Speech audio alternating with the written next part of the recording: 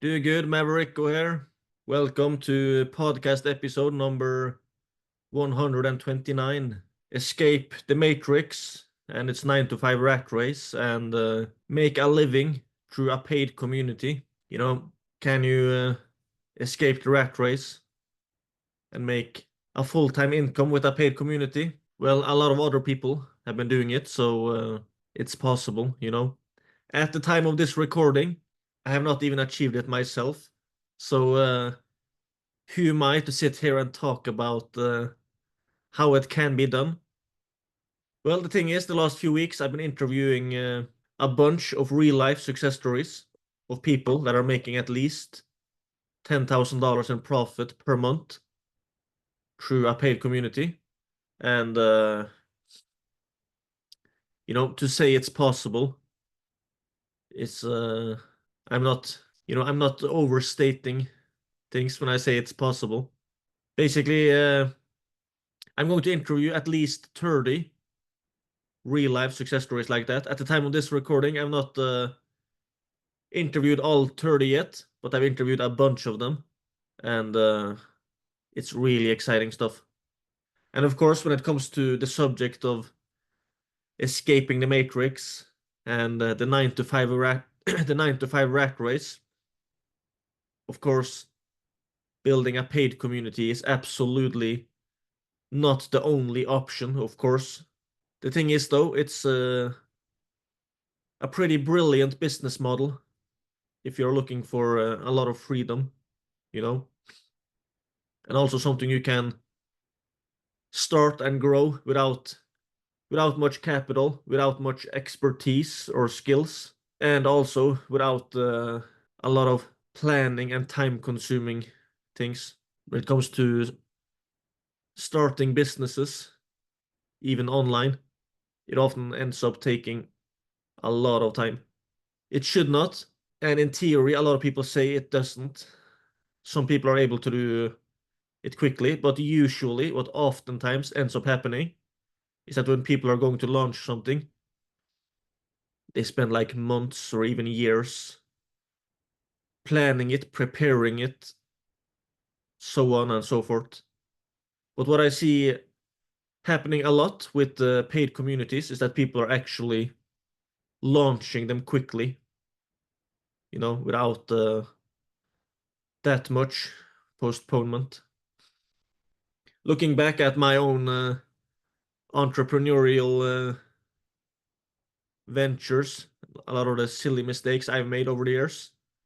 One of the biggest mistakes I've made over and over again has been postponing things taking too long before I've launched and before I've taken action. And when it comes to paid communities, it's pretty, you know, it's pretty brilliant in one way when it comes to how quickly you can launch. A lot of the people are launching it where they are basically launching with a very low price and gradually increasing the price until they reach the price that they want to be charging per month. That way they can launch quickly and get started, and also get that real life customer feedback so that you're actually optimizing around something that the customers want. But yeah, that's a bit about paid communities. But when it comes to escaping the matrix, escaping the 9 to 5 rat race, whatever you want to call it, basically live a life of more freedom and making a full-time income in another way than just as an employee. If we look at it practically, very roughly speaking, with a paid community, you basically need like between 30 to 300 members. Of course, this is very roughly speaking.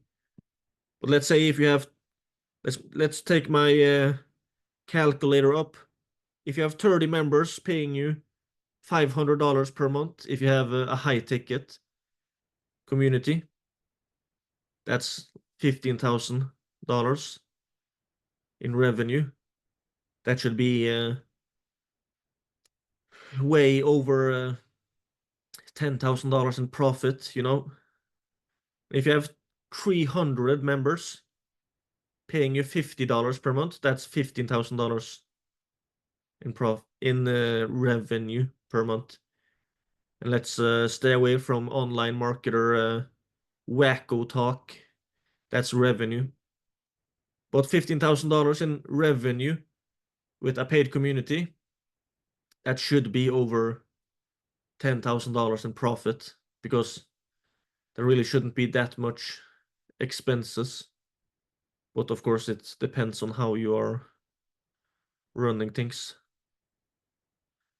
There's a lot of sleazy online marketers out there bragging about their revenue.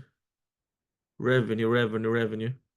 But they rarely mention the word revenue. They talk about making $1 million. Making $1 million, but it's revenue. So how much is actually profit? Who knows? For some of them, it's high. Maybe it's like 50, 60% profit. Some people have amazing profit margins. But other people have horrible profit margins. Maybe they have so high product costs and ad costs that they might be at like 5, 10% profit margins, you know. Then they shouldn't be talking about making $1 million, because it sounds like they're making $1 million in profit while it's actually revenue. But yeah, that's a rant in and of itself, you know, when it comes to the way a lot of online marketers are talking about making money while they're actually talking about revenue.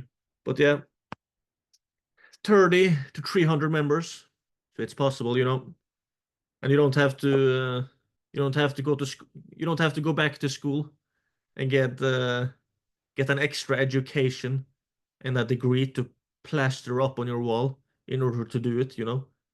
There are young people, I think I think even teenagers, but yeah, a lot of people are building paid communities, and there's literally thousands of niches, categories, or industries out there where you can build a paid community with very little competition, you know.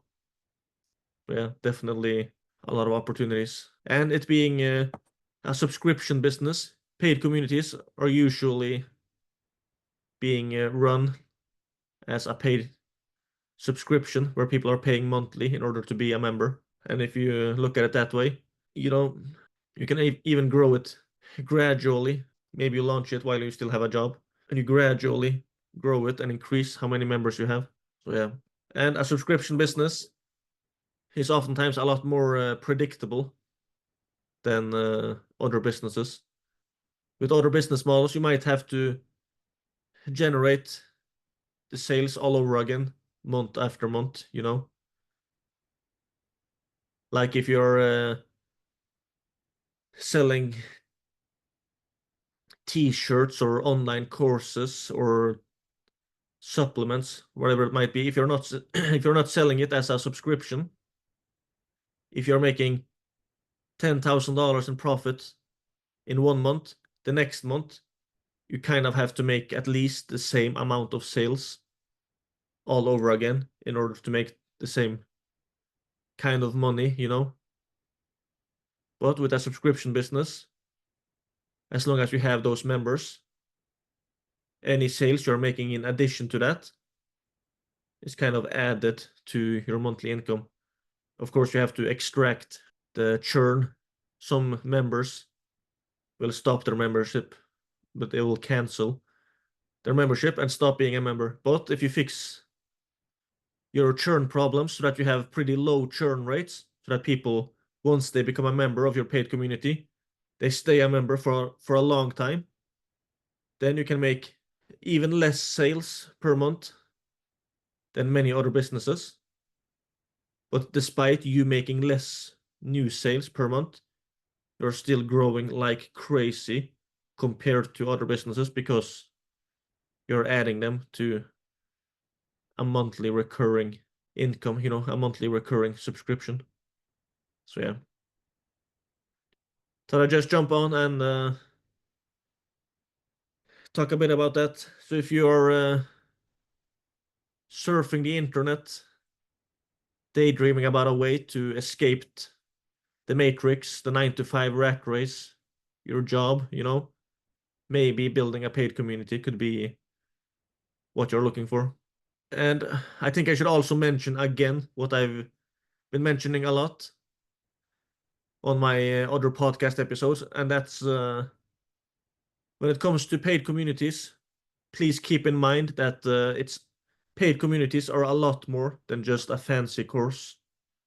A lot of people selling paid communities or selling memberships to paid communities, they're basically running them kind of like a course. They are the expert inside the paid community that are going to be teaching you this and that and the other thing. And that can be amazing, but it's not the only way to do it. You can find a lot of niches and categories out there where people want to join basically to get access to the other members. So it's kind of like a mastermind or a networking opportunity where they can get advice and tips from each other. They can do collaborations, cross promotions, joint ventures, strategic alliances. They can do hot seat sessions and get answers to problems, learn from each other, things like that. So if you also keep that in mind when you are brainstorming and looking for ideas for paid communities that you can build, it's like kind of like a world of opportunities out there. And if you look at it that way, you might also much more easily find ideas for paid communities that you can build where the churn rate will be a lot lower, meaning people will stay a member for a long time once they have joined. And of course, another thing to keep in mind when you are brainstorming or thinking about ideas for a paid community, try to find something where they have a recurring reason or a recurring problem, recurring challenge, recurring need or desire. Basically, a recurring reason to stay a member for a long time. So that it's not just a paid community about a very small specific problem, and once they solve that problem, there's no reason for them to stay a member.